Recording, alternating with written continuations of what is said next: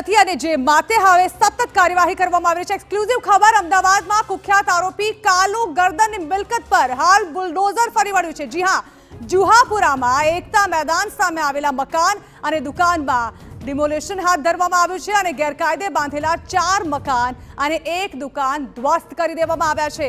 કાલુ ગરદન વિરુદ્ધ નોંધાઈ ચૂક્યા છે અનેક ગુનાઓ અને હવે તેના પરિણામો તે ભોગવી રહ્યો છે। કાલુ ગરદન વિરુદ્ધ દારૂ, જુગાર, મિલકત સંબંધિત અનેક ગુનાઓ નોંધાયેલા છે। વેજલપુર પોલીસના ચુસ્ત બંદોબસ્ત વચ્ચે દબાણ હટાવવાની આ કામગીરી હાથ ધરવામાં આવી, જેમાં તેના દુકાન જે છે, મકાન છે, તેને સદંતર તોડી પાડવામાં આવ્યા છે, જમીન દોસ્ત કરી નાખવામાં આવ્યા છે। TV9 એક્સક્લુઝિવ તસવીરો બતાવી રહ્યું છે। જોઈ લે આરોપીઓ આ તસવીરો, કે જે તસવીરો હવે આમ બની જવાની છે ગુજરાતમાં।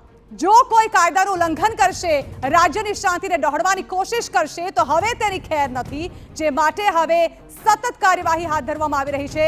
સતત બુલડોઝર ફરી રહ્યા છે। આ તમામ ગેરકાયદે દબાણો છે જેના જોર પર આરોપીઓ કૂદતા હતા।